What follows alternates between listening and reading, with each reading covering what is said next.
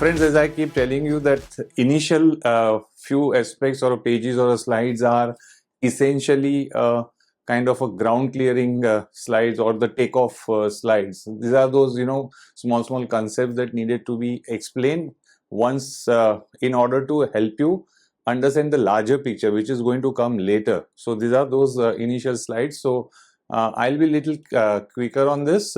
Essentially, we all understand that consumers are driven by various motivations that they have.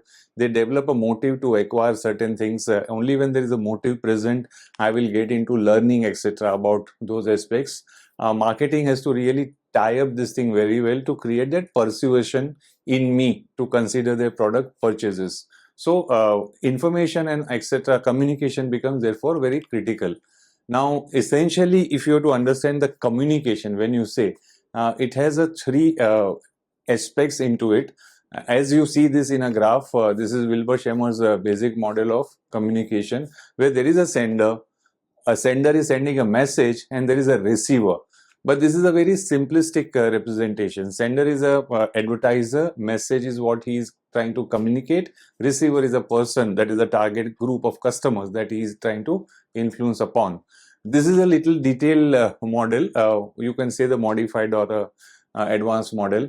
Now you see there are various components. So I will try and take you through this essentially on a basic aspects coverage point of view, because we are going to later understand aspects like advertising and those aspects. That's where the communication has a importance comes in out there. Sender in brief, essentially the model first let's understand. Sender means advertiser has a need to communicate about his product.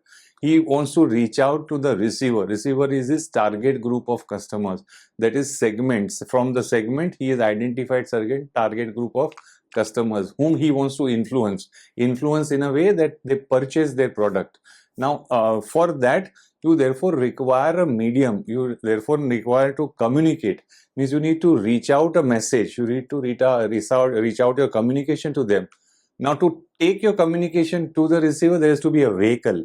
Vehicle, when I say, these are all newspaper, radio, television, even postal department is a vehicle, because if they carry your direct mailer, then they are the one delivering, postal department, courier companies, etc.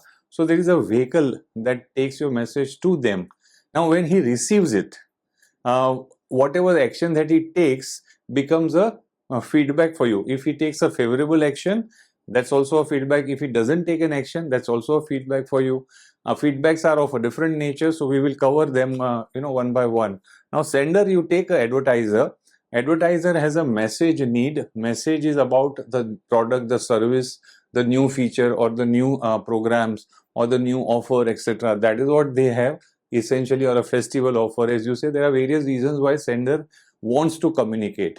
Now when he wants to communicate, there has to be a communication. So communication means all aspects of advertising, creativity, etc. comes into picture that we have broadly understood earlier.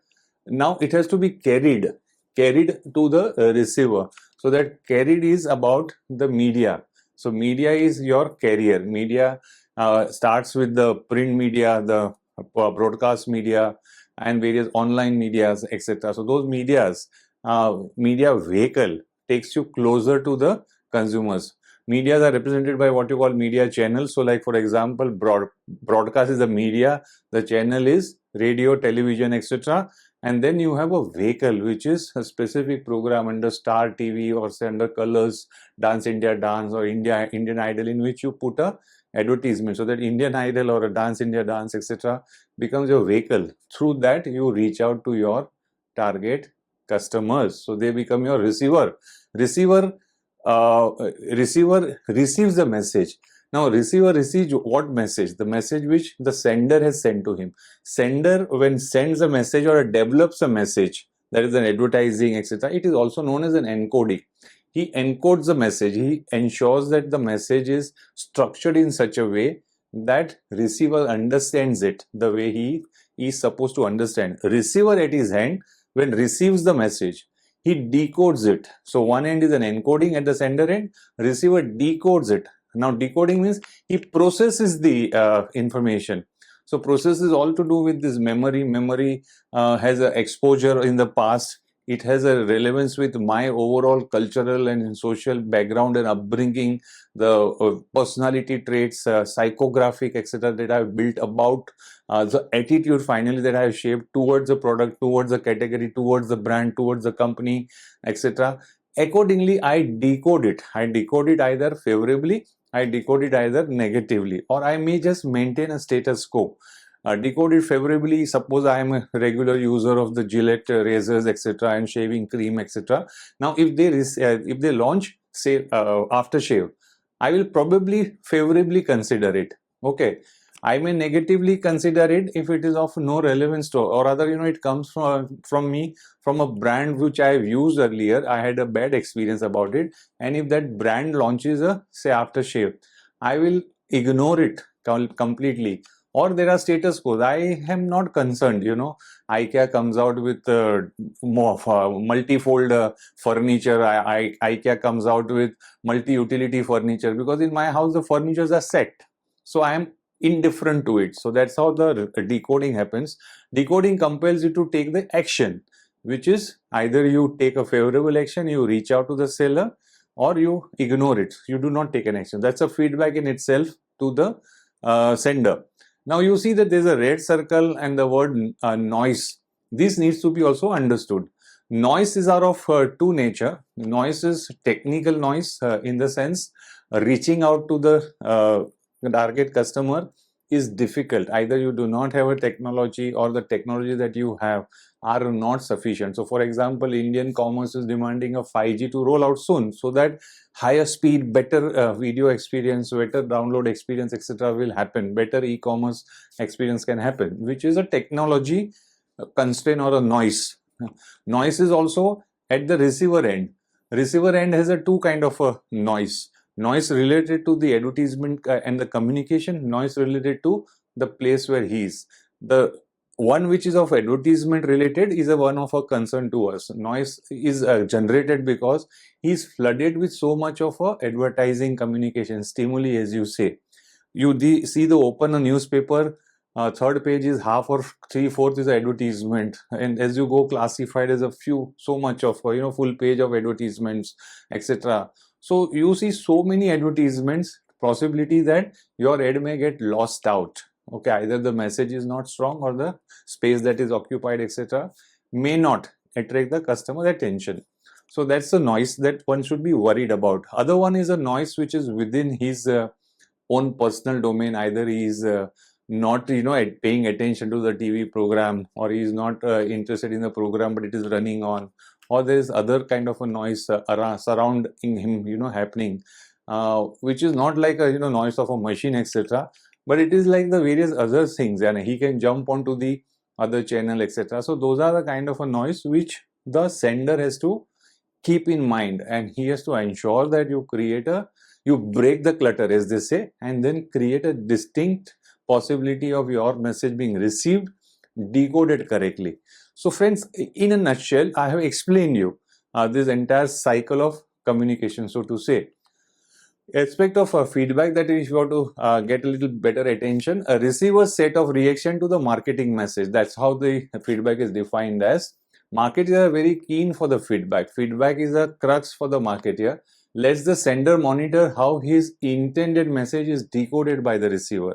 So have they understood correctly? Have they got the meaning? Have they found the solution to their problem which I am offering? Is my offer attractive, etc.? Feedback also gives chance to know how the noise is handled. So during the delivery process, if you have managed noise very well, you are tend to get a better feedback. So that's what it is expected, that if you manage a noise very well, expectancy of the feedback to you is much better. Call to action will improve if you remove the noise, etc. So people will understand better, their attention is there in what you are talking, and therefore they will be inclined to connect with you.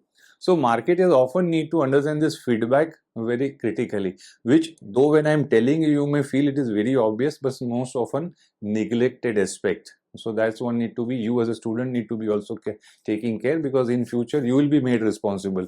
Depending on the feedback, success or the failure of the communication gets decided. So how much sale that is generated, how many leads did you receive, or how many download that has happened, how many inquiry level that you got, etc. All this will decide your feedback based success.